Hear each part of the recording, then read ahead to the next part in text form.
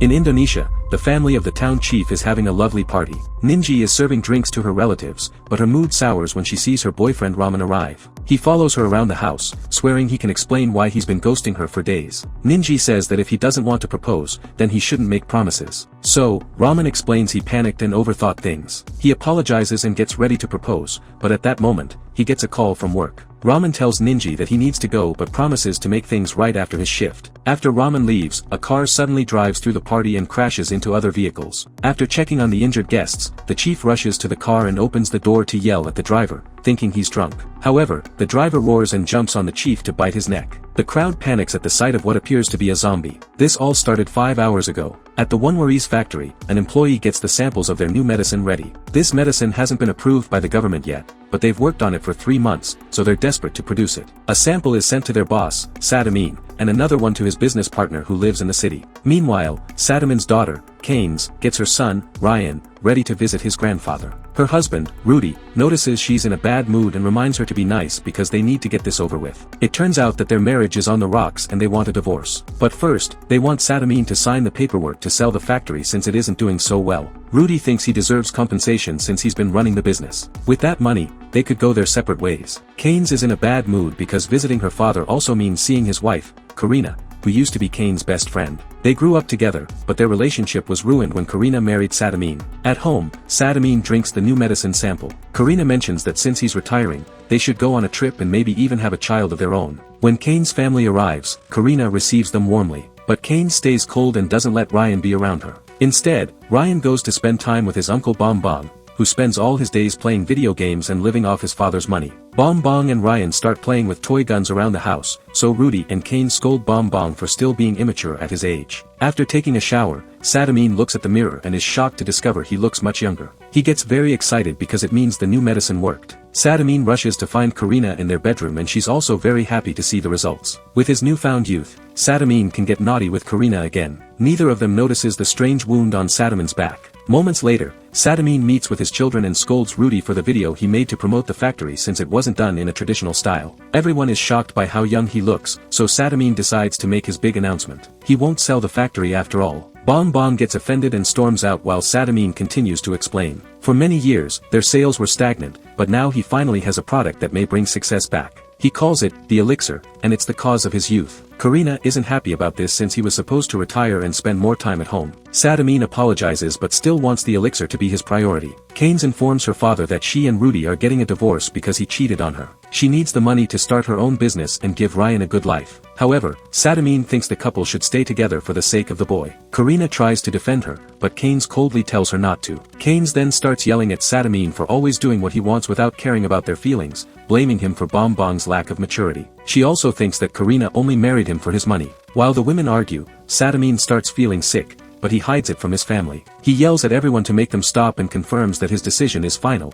He won't sell the factory. Sadamin reminds them that he worked hard all his life while they lived off his efforts. Then he proceeds to destroy the contract sent by the competition. At that moment, Sadamin starts feeling sick again, and the family finally notices a strange infection spreading on his neck. Suddenly, he vomits a lot of blood and passes out. Rudy checks his chest and notices that Sadamin isn't breathing. While everyone panics and tries to get an ambulance or the servants, Sadamin wakes up in a zombified state. He roars and jumps on his servant, Party, to bite his neck, making him collapse. Then Sadamin tackles his driver, Eris, and spits blood all over his face, causing him to swallow some. Bonbon pulls his father away, but Sadamin tries to bite him too, so Karina and Keynes have to hold him back. In the struggle, Bonbon accidentally shoots his gun and a long dart goes through Sadamin's head, killing him. While most of the family has a breakdown, Eris tries to run away. Rudy follows him and orders him to bring the police, but also to tell them it was all an accident. Eris drives away while hiding that he's feeling sick. Meanwhile, Bonbon hides in the car because he feels guilty about killing his father, but Keynes assures him it was an accident. The siblings comfort each other through their grief. In the house, the rest of the family is shocked to see that Party has become a zombie and his mouth is full of blood after attacking another servant. He now tackles Karina on the table and she has to kick him off. Then, Party tries to attack Rudy and the maid pulls him away.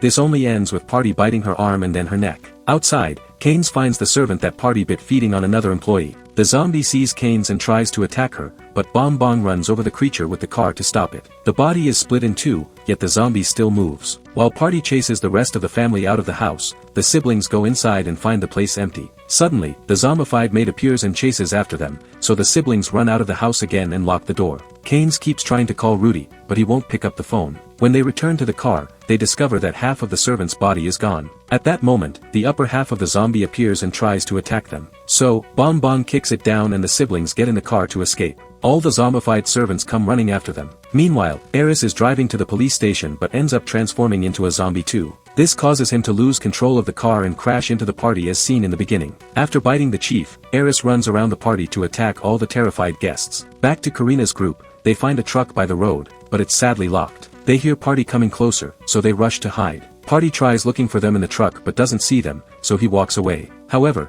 he comes back when he hears Rudy's phone ring. The family fights Party together as he keeps trying to bite whoever is closest. After lots of struggle, Karina finds a pitchfork in the truck and stabs Party in the shoulder with it. Suddenly, it starts to rain and the water makes Party freeze, so the group takes the chance to run away. Rudy then finally picks up the phone and tells Canes to meet them at the chief's house. Minutes later, Karina's group arrives at the party only to discover that everyone has become zombies here too. They try to sneak around, but Eris jumps on Karina's housekeeper to bite her. The screaming gets the attention of more zombies, so Rudy pulls Karina and Ryan into the house and locks all the doors. The other zombies end up feeding on the housekeeper too. Eventually, the siblings also arrive at the party and see the massacre. Canes calls Rudy, and he explains that they're trapped inside. A desperate Canes starts honking the horn, but this gets the attention of the zombies who immediately come after the car. Bong Bong immediately drives away and the zombies chase them, now loose on the streets and attacking anyone they find on the way. Since the zombies are gone, Rudy, Karina, and Ryan leave the house and try to get in Sadaman's car, but the crash wrecked it too much to function. At that moment, the zombified housekeeper sees them and starts chasing after them. Karina and Ryan hide inside the nearest house while Rudy stays out to defend his family. Karina hears Rudy's screams while fighting the housekeeper until he suddenly comes inside and closes the door. Rudy is covered in blood, but he swears he's okay. While Karina looks for a rag to clean him, Rudy realizes that his hand has a bite mark. He hugs Ryan and tells him he loves him before asking him to take care of his mother. When Karina returns to the room, she discovers that Rudy has become a zombie. He jumps on Karina and tries to bite her, but Ryan pulls him away and Rudy attacks the boy instead. Karina breaks a bottle on Rudy's head and runs with Ryan to hide in the other room, closing the door on the zombie's face. Rudy keeps pounding on it until he breaks in, so Karina moves out of the way and lets him charge ahead, causing Rudy to get impaled on the water pump handle. Then, Karina and Ryan leave the room and lock the door. Suddenly, they're startled by someone coming in, but it's just Ninji. They hear some noises, and Ninji peeks into the other room to learn that Rudy is still alive. Meanwhile, on the road, the siblings are arguing over what to do. This distraction almost causes them to run into a truck, and when they dodge it, they lose control of the car and end up crashing. The truck driver comes to check on the siblings and helps them out of the car before Bong Bong throws up. The zombie horde then catches up to them and jumps on the truck to start killing all the passengers. The driver runs back to help his people only to be killed too. The siblings run away and soon find the police station. The cops are confused by their story and decide to check out the situation while leaving Ramen to take care of the siblings. When the cops find the truck, the zombies immediately come after them. An officer shoots a gas grenade, but it doesn't affect the creatures. The zombies jump on the cops and start eating them, except for the captain, who manages to open fire. However, the bullets do nothing, and he gets bitten too. Thanks to Karina's phone, Ninji can now call Ramen, who explains he can't leave the station yet. When Ninji starts explaining what happened, Ramen is forced to hang up by the captain, who rushes inside and makes the others lock the door. The zombies start pounding on it, so the group pushes some furniture to keep the door blocked. Ramen calls the hospital to ask for an ambulance, but it's too late. The captain is now transforming into a zombie. Bong Bong takes Ramen's gun and opens fire, but the zombie only collapses for a second before jumping on Ramen, who quickly pushes him off. Next, the captain tackles Bong Bong, so Canes hits him with a bottle to throw him back. Bong Bong then sprays him with a fire extinguisher to no avail. Ramen gets a stool and together the group uses it to push the captain into a cell, which they immediately lock up. Outside the station, dozens of zombies are blocking the exit. Ramen calls another police station to ask for help while Canes tries calling Rudy. Since he doesn't answer, Canes has a breakdown and Bong Bong has to comfort her. At that moment, Canes gets a call from Karina, who lets her talk to Ryan to confirm he's fine. However, she also has to inform Canes that Rudy became a zombie, causing her to break down again. Bong Bong promises that they'll pick them up as soon as they get help from the other police station. As the zombies continue to spread through town, the siblings have to hold the door closed. Ramen gets a call from the other police station informing him they can't leave because they're also surrounded by zombies. The call ends when the other officer gets killed too. The trio climbs to the balcony and watches the zombies going everywhere. Keynes calls Karina to explain they can't escape and they end up reminiscing about the old times. Karina swears she did love Satamine but also admits she should have taken Keynes' feelings into account. In return, Keynes apologizes for her attitude and admits she misses her best friend. She also asks Karina to take care of Ryan if something happens to her. Near the police station, a loudspeaker starts playing a prayer. The zombies are attracted to the sound and run in that direction. Raman remembers that the police confiscated some fireworks earlier, so he lights one up and throws it in the middle of a field. The noise immediately causes the zombies to run toward it, freeing the front door. Afterward, Raman makes everyone put on protective gear and grab a gun. Before leaving, he calls Ninji to assure her they're on their way. The zombies are back on the door, so the guys open it slightly to light another firework. However, they accidentally drop it on the floor and it explodes inside, getting the attention of even more zombies. Bong and Ramen try again, and this time they manage to send a few fireworks flying. So, the zombies run after them and clear the exit. The trio immediately leaves the station and tries to find a vehicle, only to find a few zombies on the street. Ramen opens fire and finally manages to kill a zombie, making him realize that they only die if they're shot in the head. Bong also opens fire and together they kill the few zombies blocking the street. However, the noise gets the attention of the horde and they start coming back. The trio protects themselves with riot shields and shoots a few creatures down, but there are too many of them and soon they're trapped. When a flash of lightning strikes the sky, Rudy goes so crazy that he breaks the pump to free himself. He starts banging on the door and the noise gets the attention of the zombies outside. So now the women have to hold the front door closed. Unfortunately, the zombies break the windows and try to reach inside. At that moment, another flash of lightning strikes and the zombies on the street freeze for a few seconds only to then attack the trio again. Suddenly, it starts to rain and all the zombies back away, standing under the water in a daze. The three humans use the chance to escape. In the house, the rain causes the zombies to walk away from the windows. Karina looks outside and notices that the rain is keeping the zombies calm. So, she decides they should leave. Luckily, Ninji has a bike and the group gets on it at the same time that Rudy finally breaks down the door. The trio drives away and Rudy tries to chase them, but he freezes as soon as the rain touches him. Minutes later, it stops raining and the zombies immediately surround Ramen and Bong. Keynes tries to run away, but she's tackled by a zombie, so she shoots him in the head to bring him down. More creatures are coming after her and she tries opening fire only to discover she's out of bullets. While the guys run back to the police station, Keynes reaches the truck and dodges a zombie that jumps out.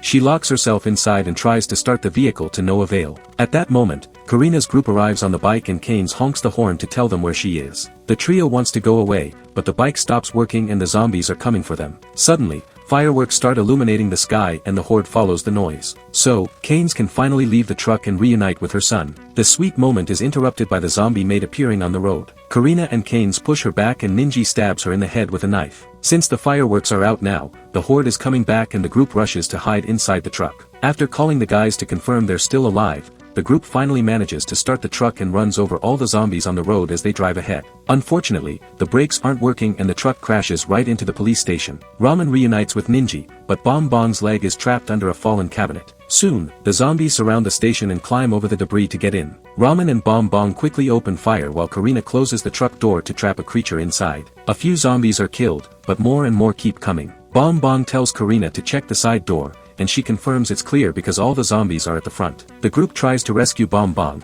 but the cabinet is stuck under the truck and they can't move it. Bong asks them to leave without him. In the other room, Ninji accidentally bumps into the cell and is bitten by the captain. Ramen pulls her away and furiously shoots the captain down. More zombies break in and he tries to shoot them, but they quickly surround him and bite him too. While the couple is slowly devoured, Ramen pulls out the ring and gives it to Ninji, so they die holding hands. At the entrance, Keynes takes a gun and shoots more zombies as they get in, but she freezes when she sees Rudy. Bong tries shooting him, but he misses and runs out of bullets. Rudy tackles Keynes and Ryan tries to help his mother. However, Karina drags the boy away. When Rudy goes after them, Bong grabs his leg to make him fall and Keynes holds him down so Karina can shoot him in the head. Afterward, Bong lights a firework to keep the zombies' attention on him while Keynes, Karina, and Ryan run away through the side door. Soon, the entire horde breaks in and starts eating Bong, who throws the firework at the truck. The spilled gas catches on fire and explodes, blowing up the entire building. The zombies burn down and the confiscated fireworks illuminate the sky. Karina's group makes it to the road and searches for a working vehicle. However, Keynes freezes when she notices she's been bitten.